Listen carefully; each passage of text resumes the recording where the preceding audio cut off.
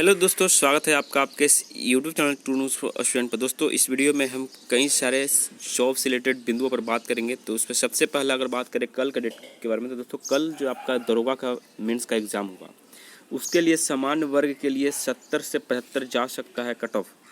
Expert के अनुसार प्रश्न न ही आसान थे और न ही कठिन, यानी कि ये जो क्वेश्चन थे दोस्तों वो मॉडरेट लेवल के थे।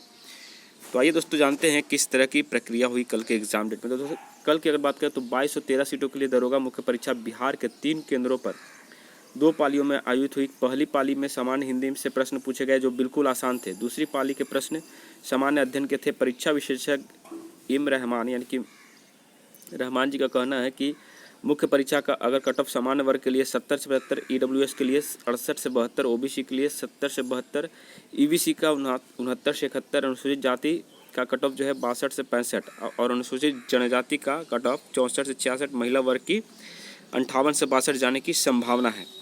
उन्होंने बताया कि दरोगा मुख्य परीक्षा में कुल 100 प्रश्न पूछे गए थे। प्रत्येक 10 गलत उत्तर देने पर 1 अंक काट जाने का प्रावधान है। अगर प्रश्नों की बात की जाए तो कुल मिलाकर इतिहास से 15 से 17 क्वेश्चन, जिसमें प्राचीन, मध्यकालीन, आधुनिक एवं विश्व इतिहास प्रश्न पूछे गए। भूगोल में 7 से 8 प्रश्न, राज्य व्यवस्था में 3 से 4 प्रश्न, बिहार स्पेशल से 1 से 2 प्रश्न और गणित और तर्कशास्त्र से 10 से 12 प्रश्न पूछे गए थे। कुल मिलाकर 10 से 15 प्रश्न ही ऐसे थे जो आसान थे। समसामयिकी से एक भी प्रश्न पूछे नहीं गए थे, यानी कि करंट अफेयर एक भी नहीं था। परीक्षा विशेषज्ञ रहमान ने बताया कि जिन छात्रों ने टेक्स्ट बुक, CRT आदि का अध्ययन किया है उसकी परीक्षा निश्चित रूप से अच्छी गई होगी। अब दोस्तों यहाँ पे बात करें अगर फाइनल कटअप की, तो देखिए यहाँ पे अनुमानतः बताया जा रहा है 70 से 75 हो सकता है। 2-3 नंबर नीचे डिक्रीज भी हो जाए या फिर 1-2 नंबर ऊपर बढ़ जाए। बढ़ने की संभावना कम है दोस्तों कि 75 कटअप जो है नहीं जा सकता है, क्योंकि ये PET के लिए बोला जाएगा, यानी कि फिजिकल एफिशिएंसी टेस्ट के लिए बोला जाएगा। तो यहाँ पर लगभग 10 गुना कैंडिडेट को चयनित किया जाता है। तो मेरे ख्याल से दोस्तों कट ऑफ ज़्यादा हाई नहीं जाएगी यहाँ पे, ठीक है। कट ऑफ 70 के आसपास ही मंडराते रहेगी, यानी 70-72 हो सकता है या फिर 68 भी हो सकता है। जनरल की बात कर रहा हूँ। तो जिन भाइयों का इतना मार्क्स आ रहा है वो अपने फिजिकल के लिए तैयार रहें। चलिए आगे बढ़ते हैं। अगली खबर ये है दोस्तों कि अगले माह जो है आयुष चिकित्सक का रिजल्ट आने वाला है, यानी कि अगले माह आयुष चिकित्सक का रिजल्ट निकलेगा। बिहार तकनीक सेवा आयोग द्वारा 2 माह पहले काउंसलिंग में 6520 आयुष चिकित्सक शामिल हुए, जिनमें से 3270 की नियुक्ति अलग अलग संवर्गों में होनी है। इनमें आयुष फिजिशियन, होम्योपैथिक चिकित्सा पदाधिकारी, आयुष फिजिशियन यूनानी चिकित्सा पदाधिकारी और आयुष फिजिशियन आयुर्वेदिक व आयुर्वेदिक चिकित्सा पदाधिकारी के पद है।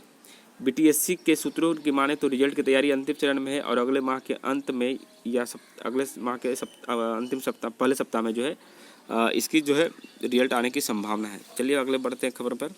दोस्तों ये खबर उन तमाम छात्रों के लिए जो बेचारे ST कैटेगरी से आते हैं या SC कैटेगरी से आते हैं। देखो यहाँ पे बताया गया है कि 3 रिटायर IAS अफसरों पर चलेगा केस, सरकार ने दी मंजूरी। अब दोस्तों केस किस कारण से, दोस्तों यहाँ पे देख सकते हैं कि महादलित छात्रों के लिए कंप्यूटर ट्रेनिंग प्रोग्राम योजना में घोटाले का मामला है। दोस्तों देखिए आपको किस तरह से जॉब मिलने वाला था, आपके जॉब के साथ ये खिलवाड़ कर गए अफसर जो है। देखिए बताया जा रहा है कि बिना परीक्षा आयोजित की निकाल ली पूरी राशि। और क्या था इस परीक्षा के बारे में दोस्तों, तो यहाँ बताया गया कि 2017 में बिहार महादलित विकास मिशन के स्तर से महादलित समुदाय के छात्रों को मुफ्त कंप्यूटर ट्रेनिंग दिलाने की योजना शुरू की गई थी और ट्रेनिंग के बाद पास होने वाले संबंधित छात्रों को सर्टिफिकेट दिया जाता था, जिसके आधार पर उन्हें बेल्ट्रॉन समेत अन्य स्थानों पर नौकरी की व्यवस्था थी। इससे श्री राम न्यू हरिजन संस्थान को ट्रेनिंग देने और शरद झा के III संस्थान को परीक्षा लेने का ठेका दिया गया। छात्रों का कंप्यूटर प्रशिक्षण हुआ, लेकिन इनकी परीक्षा नहीं ली गई। फर्जी दस्तावेज के आधार पर कागजी परीक्षा कराकर पूरी राशि का गबन कर लिया गया। इस मामले में शरद झा को जेल भी हुई थी। अभी वह जमानत पर है। ट्रेनिंग देने वाली कंपनी ने ट्रेनिंग दी, लेकिन एक ही छात्र का नाम 2-3 स्थानों पर देकर अतिरिक्त राशि निकाल ली।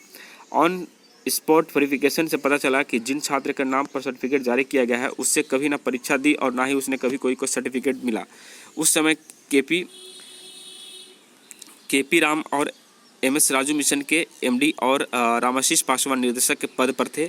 इन तीनों की मिली भगत से ये पूरी राशि का गबन हुआ। दोस्तों देखिए सबसे बड़ा बात यह है दोस्तों कि भाई बेचारे जो ST कैंडिडेट होते हैं या SC कैंडिडेट होते हैं, इनके लिए सरकार कई तरह की योजनाएं लाती है, लेकिन ये अधिकारी जो देख रहे हैं यहाँ पे, ये सारे अधिकारी लोग जो है आपके पूरे फ़ायदे का जो है नाजायज़ फ़ायदा उठाते हैं और पूरे जो आपकी योजनाओं का जो है गलत तरीके से ये इस्तेमाल करते हैं और सारी राशि ये भुगतान कर लेते हैं खुद के लिए। और आपको नौकरी तो दूर की बात है, आपकी जो प्रोसेस है यानी कि एग्ज़ाम लेना, आपको सर्टिफिकेट देना, मान्यता प्राप्त एक वैलिड सर्टिफिकेट होना, ये सारा चीज़ को ये गमन कर जाते हैं। तो ऐसे भ्रष्ट अधिकारियों को जेल नहीं बल्कि फांसी होनी चाहिए, तब जाके ये सुधरेंगे। बिहार में खास करके बहुत ज़्यादा भ्रष्टाचारी है। चलिए आगे बढ़ते हैं। अगली खबर ये है दोस्तों कि राज्य के बीएड कॉलेजों में नामांकन के लिए आज से मिलेगा आवेदन, यानी कि 23 जून को होगी परीक्षा। दोस्तों आज से आप ऑनलाइन फॉर्म जो है भर सकते हैं और ये फॉर्म आपको संयुक्त प्रवेश परीक्षा का जो ऑफिशियल वेबसाइट है वहाँ से आप इसको फॉर्म को भर सकते हैं। और जिनको भी इच्छा है कि बीएड करना चाहते हैं तो वो अपना आसानी से इस फॉर्म को भरकर अपना एग्ज़ाम की तैयारी कर सकते हैं। चलिए आगे बढ़ते हैं दोस्तों। अगर हम बात करें तो यहाँ पे 67 केंद्रों पर हुई दरोगा सार्जेंट परीक्षा 95% जो है उपस्थित रहे, यानी 95% लोग जो है वो उपस्थित रहे, यानी कि लगभग सब के सब उपस्थित। दोस्तों किसी ने भी इस एग्ज़ाम को छोड़ने की कोशिश नहीं की। वही कैंडिडेट छोड़े जो या तो असमर्थ थे या फिर कहीं उनका जॉब हो चुका है। तो चलिए अच्छी बात है दोस्तों यहाँ पे आप सबके लिए। आगे बढ़ते हैं। अगली खबर ये है कि 67वीं बीपीएससी का जो पीटी का एग्ज़ाम है उससे रिलेटेड एडमिट कार्ड जारी कर दिया गया है। आप लोग चाहें तो ऑफिशियल वेबसाइट पर जाकर के अपना एडमिट कार्ड चेक कर सकते हैं कि आपका एग्ज़ाम सेंटर कहाँ पड़ा है। बहुत से छात्रों का जो है एग्ज़ाम सेंटर उनके घर से लगभग 200-300 किलोमीटर दूर पड़ते हैं, 500-500 किलोमीटर दूर पड़ जाता है। तो जो जिस तरह से फॉर्म भरता है, यहाँ पे पहले आओ पहले पाओ वाला सिस्टम, यानी कि जो पहले फॉर्म भरेंगे उनको उनके ज़िले के आसपास का जो है क्षेत्र मिलता है, जो लास्ट में फॉर्म भरते हैं उनको कहीं दूर भेज दिया जाता है। क्योंकि ये दोस्तों ये एक ऐसा एग्ज़ाम है जिसको एक दिन में कंडक्ट करवाया जा रहा है, यानी कि लगभग 6 लाख से अधिक कैंडिडेट हैं और हर छोटे बड़े जो सेंटर होते हैं, यानी छोटा से छोटा कॉलेज और बड़ा से बड़ा कॉलेज, सब जगह पे आपको सेंटर देखने को मिलेगा, क्योंकि एक ही दिन में ये एग्ज़ाम होने वाला है। सिंगल डे का सिंगल शिफ्ट का एग्ज़ाम है। चलिए आगे बढ़ते हैं।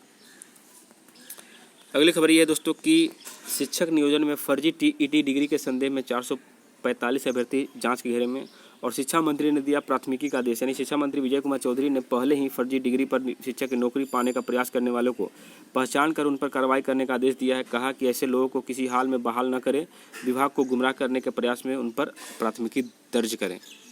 चलिए आगे बढ़ते हैं। और फाइनली अब हम बात करेंगे बीएसएससी इंटर लेवल के बारे में। दोस्तों बीएसएससी इंटर लेवल से संबंधित एक न्यूज़ जो है आप सभी को सर्कुलेट हो रही होगी विभिन्न सोशल मीडिया के माध्यम से, चाहे यूट्यूब हो या फिर टेलीग्राम या फिर व्हाट्सएप के जरिए। तो ये बात सामने चल कर आई दोस्तों कि जो केस है वो विथड्रॉ होने वाला है। दोस्तों अच्छी बात होगी कि केस अगर विथड्रॉ होता है तो मेरिट जल्द आएगी और विथ एनसीएल के साथ मेरिट आए, यही सब कोई चाहता है। देखिए यहाँ पे किसी को कोई प्रॉब्लम ना हो, क्योंकि देखिए वो भी 4 मंथ अपना बर्बाद किए हैं, चाहे जैसे भी हो उनके हिसाब से वो भी सही था और इधर आप सबके हिसाब से आप लोग भी सही हैं, क्योंकि आपको भी मेरिट चाहिए। तो दोस्तों जो भी हो, आयोग से हम लोग रिक्वेस्ट करते हैं कि आयोग जो है छात्रों के पक्ष में अपना मेरिट जारी करे अगर आज केस विथड्रॉ होता है तो, क्योंकि जैसा कि संभावना बताया जा रही है कि आज केस जो है विथड्रॉ होने की पूरी प्रक्रिया जो है पूरी कर ली गई है और आज आवेदन दिया जाएगा। और आवेदन देने के बाद दोस्तों कोर्ट जो है, यानी कि कोर्ट चाहेगी तो इसको एक्सेप्ट कर सकती है या फिर नहीं भी कर सकती है, इनके ऊपर डिपेंड करता है। लेकिन संभावना यही रहती है दोस्तों कि इनका केस विथड्रॉ हो जाएगा तो अच्छी खबर रहेगी, जिससे मेरिट जल्द आएगा दोस्तों। क्योंकि देखिए यहाँ पे केस की सुनवाई 28 को है, ज़रूरी नहीं कि 28 को फैसला आ ही जाए, है ना, इस पर संदेह बन जाता है। क्योंकि देखिए आप लग रहा था इससे कि आपको 21 को ही सुनवाई हो जाएगी, लेकिन 21 को मैटर का जो है ये आदेश आ जाएगा, लेकिन ऐसा कुछ हुआ नहीं, फिर 28 मिला। हो सकता है फिर डिले हो। इससे अच्छा है कि केस विड्रॉ कर ही रहा है तो अच्छी बात है, आप लोग करिए विड्रॉ और जितना जल्द हो मेरिट के लिए फिर हम लोग डिमांड करेंगे।